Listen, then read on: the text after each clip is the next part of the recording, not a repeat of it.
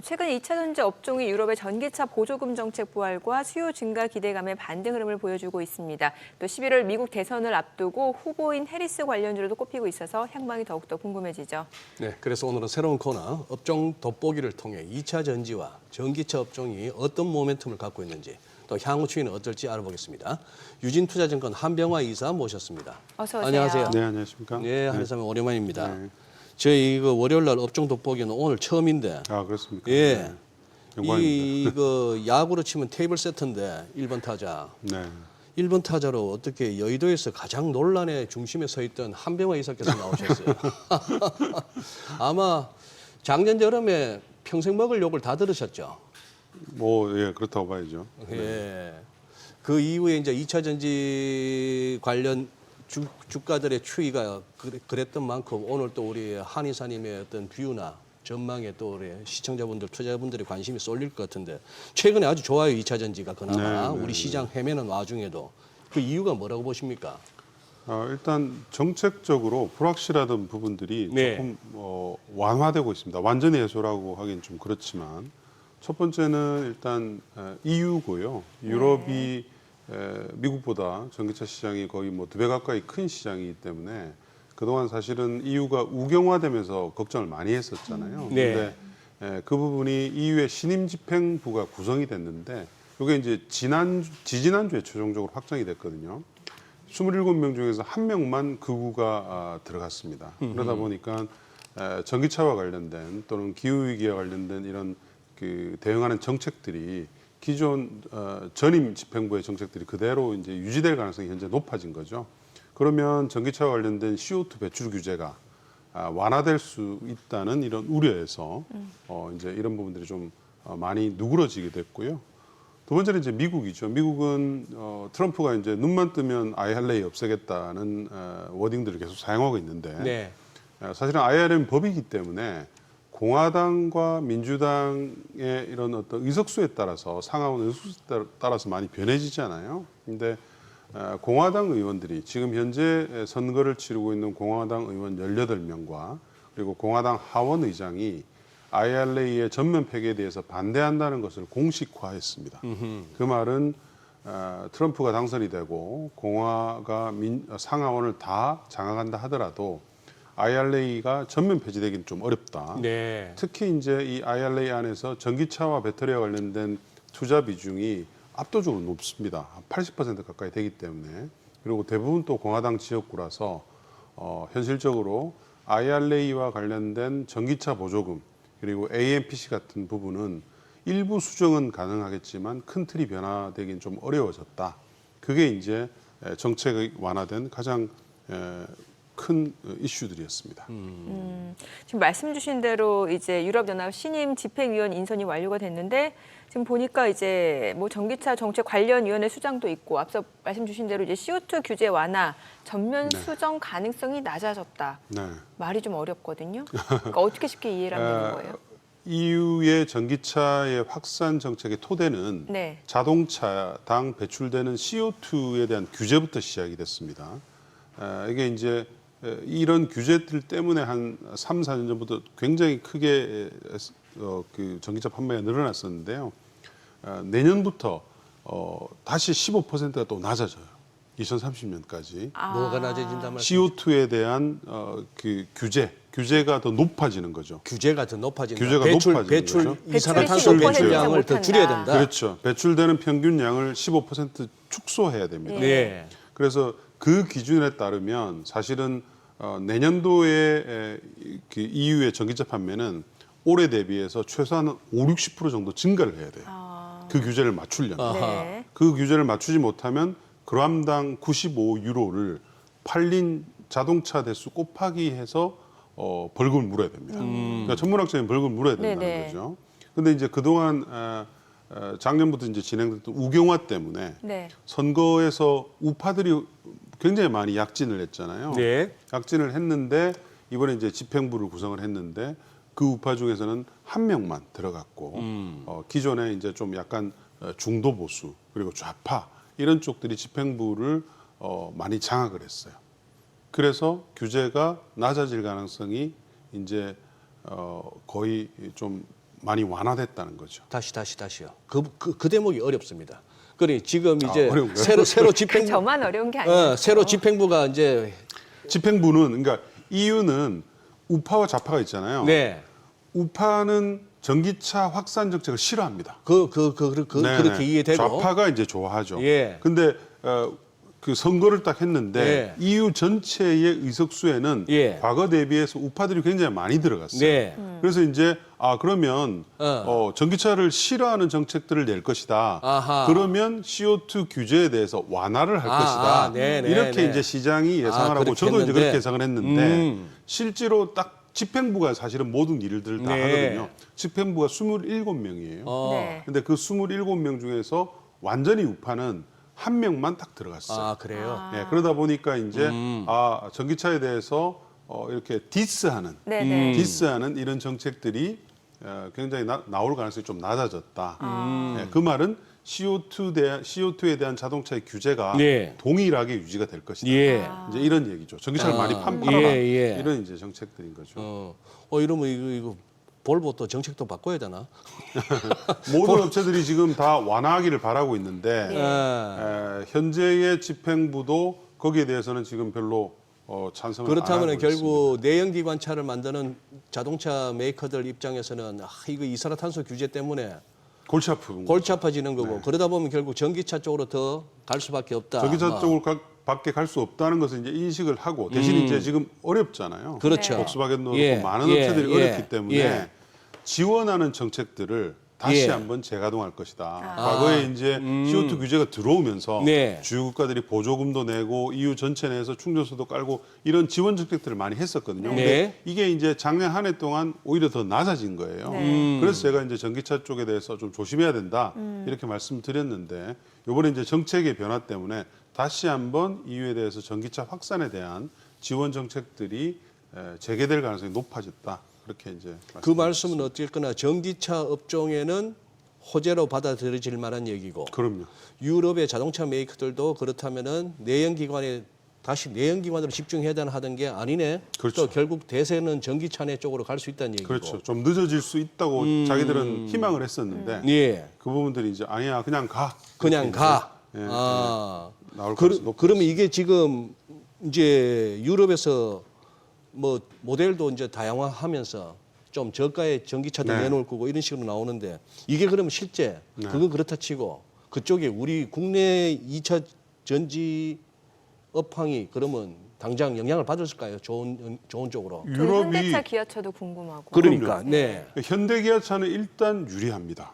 일단 유리하다. 유리한데 특히 이제 지난 금요일 날 예. EU에서 중국 전기차에 대해서 이제 고율 관세를 부과하는 것을 확정을 했잖아요. 중국산에 대해서는 그러니까 중국산 네. 전기차하고 경쟁을 하는 현대기아차 입장에서는 일단 유리하고요. 그럼 반사이익이 기대될 수 있다. 배터리는 사실은 집중도가 더 높죠. 왜냐하면 유럽 전체의 배터리 점유율이 한국과 중국이 딱딱 반분하고 있습니다. 반반씩. 네. 그래서 중국이 지금 많이 치고 올라오고 있긴 하지만 한국 배터리도 어쨌든 아직은 절반 정도를 점유를 하고 있고 예. 내년도까지 나올 신규 차들을 우리가 감안을 했을 때 그게 좀 비슷하게 유지가 돼요. 예. 유지가 되기 때문에 미국보다 훨씬 더 큰 시장에서 우리가 더군다나 점유율 절반 정도 가지고 있기 때문에 유럽 전기차 시장의 활성화는 우리 배터리 업체들한테는 굉장히 긍정적이죠. 네. 그래요. 그러면은 지금 2차 전지 배터리 업체도 좋고 현대 기아차도 뭐 현대기아차도 좋고. 일단 유럽의 이런 그 이슈에서는 예.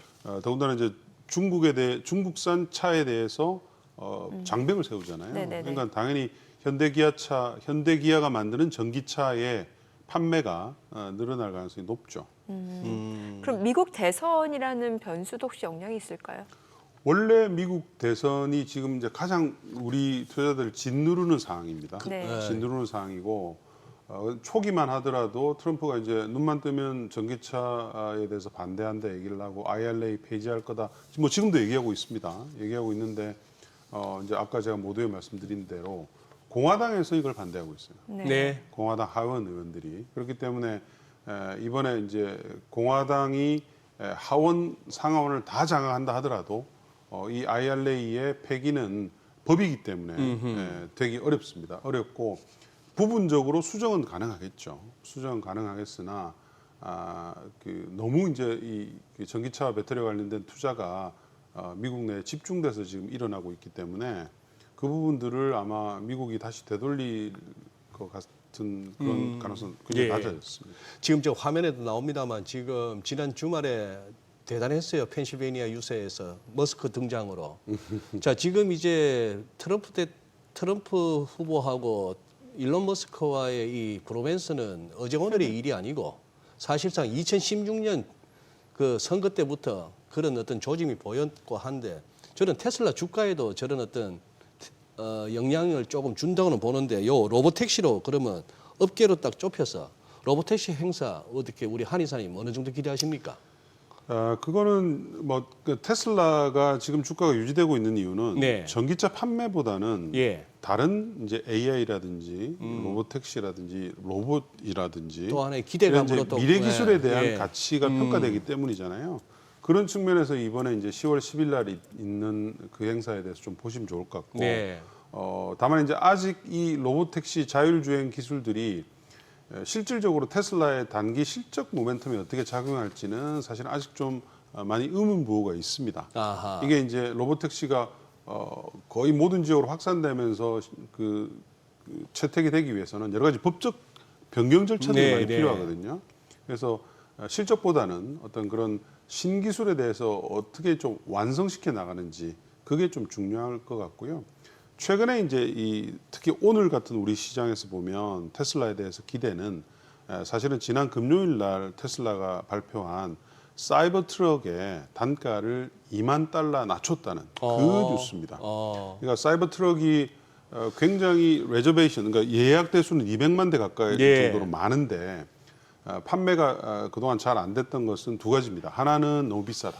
$100,000거든요. 두 번째는 이 사이버 트럭에 들어가는 4680 배터리의 생산이 생각보다 매우 부진했다. 요 두 가지였는데 요 두 가지가 이제 어느 정도 해소될 기미를 보인다는 거죠. 네. $20,000 낮춰서 예. $80,000이기 때문에 좀 소비자들 유인할 확률이 높아졌고요. 네. 이 말은 테슬라가 4680 배터리를 과거보다도 훨씬 더 빠른 속도로 만들고 있다는 것을 증명을 합니다. 그거는 우리나라 우리나라 업체들한테 직접적인 영향을 미치는 얘기죠.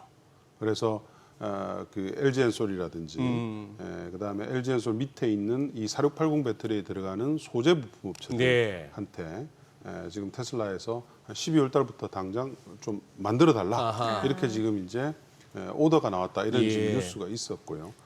사실은 투자자들 입장에서는 이 4680이 어떻게 잘 나가느냐에 따라서 테슬라의 전기차 스토리가 올해는 역성장이지만 내년에는 저희는 성장을 보고 있거든요. 그러니까 그 부분이 이제 확인할 수 있는 스토리라서 굉장히 중요한 얘기들이 지금 진행이 되고 있고요. 지금 자막에 나오는 것처럼 올해는 저희가 한 10% 정도 감소할 것으로 미국 시장에서 보고 있는데 내년도에는 오히려 10% 이상 증가할 것으로 그렇게 테슬라의 판매량을 예측을 하고 있습니다.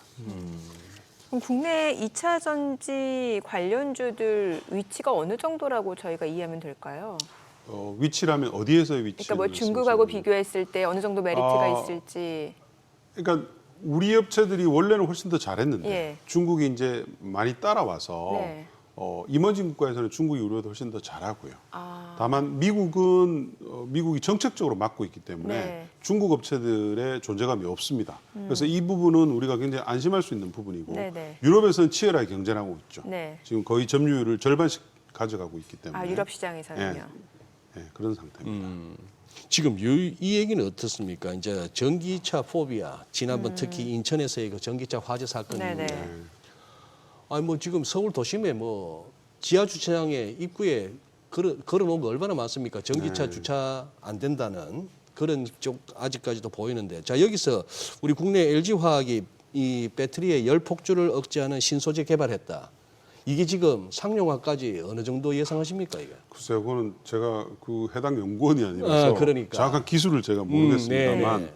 아마 퓨즈를 갖다가 채택을 해서 열이 어느 단계까지 올라가면 그걸 다 끊어버리는 그런 방식일 것 같아요. 근데 사실은 그런 것들은 이 전기차의 어떤 대세하고 큰 영향 안 미칩니다. 예. 왜냐하면 이 배터리라는 것은 항상 화재 위험이 있어요. 항상 항상 화재 위험이 있고 이걸 이제 어떻게 우리가 관리를 잘 하고 이걸 위한 인프라를 어떻게 까는지가 중요하죠. 네. 그 부분들은 이제 사실은 정부에서 앞장서서 해줘야 될 것이고요. 뭐 이것 때문에 전기차가 완전히 팔리지 않는다 이런 케이스는 없습니다. 뭐 해외에서도 보면 마찬가지고요. 그래서 그래요. 너무 이제 우려하시기보다는 이런 부분들은 대신 이제 우리는 아파트가 많기 때문에 네. 그런 부분들을 이제 정부에서 나서서 미리 조금 인프라를 따로 충전 인프라를 이렇게 좀 해주는 그런 공공의 투자가 좀 필요한 부분이죠. 오늘 한의사님 설명을 듣다 보니까 뭐 특히 해외에서 어떤 정책 변수는 우리 국내 2차 전지 업체에 유리하게 전개되는 것 같고요. 미국 대선도 그렇게까지 걱정할 건 아닌 것 같고. 자, 문제는 이제 전반적으로 환경은 좋아진 것 같은데 이제 주가 측면에서 이제 문제입니다. 제가 제일 걱정하는 거는 고점 대비 충분히 밀렸다고는 합니다만 이 지금도 그러면은 밸류에이션 측면에서 충분히 싸졌느냐 하는 논란이 있을 수가 있고 그 다음에 좀 더 현실적인 문제예요. 우리 2차 전지 갖고 계시면서 고민하시는 투자분들이 고민하셔야 되는 문제인데 이런 식의 대부분의 2차 전지 업종에서 누가 이걸 덜어 올려줄 수 있느냐의 문제입니다. 주가 측면에서는 어떻게 보십니까? 일단은 업황이 투자들 꼭 유념하셔야 될 건데 올 4분기까지는 실적이 안 좋습니다. 올 4분기까지는 관련주들은 내년부터 이제 실적이 좋아지는 것으로 저희가 보고 있어요. 여러 가지 판매량이라든지 이런 데이터, 재고 관련 데이터들을 감안하면 그래서 올해 실적 당장 3, 4분기 좋아지는 걸 보고 주식을 배팅하시면 안 되고요. 네. 다만 이거는 정책의 변화에 따른 업황의 변화이기 때문에 좀 길게 가겠죠. 그러면 업황 전체가 이제 개선되는 거기 때문에 시총 상위주들부터 움직입니다. 시총 상위. 네, 어쩔 수가 없습니다. 네. 특히 우리나라의 주식시장이 완전히 인덱스화 됐잖아요. 네. 네, 그렇기 때문에 시총 상위부터 움직이게 돼 있죠. LG전솔부터 시작해서 쭉 이제 따라서 움직입니다. 그리고 내년부터는 이제 업체들의 실적이 실제로 이제 성장이 나오면서 좋아지기 때문에 내년부터는 아마 투자자들이 사면서 서로 이제 밸류에이션을 키높이를 해서 보게 될 거예요. 그래서 지금 당장은 상위주 위주로 투자하시고 내년부터 실적이 업체들이 턴어라운드가 보일 때는 좀 될 수 있으면 밸류에이션이 싼 종목 그리고 시총이 싼 종목 시총이 싼 길게 볼 수 있기 때문에 네. 이런 종목 위주로 투자하시라고 말씀드리죠. 네, 오늘 내용 잘 들었습니다. 네, 고맙습니다. 고맙습니다. 네, 감사합니다.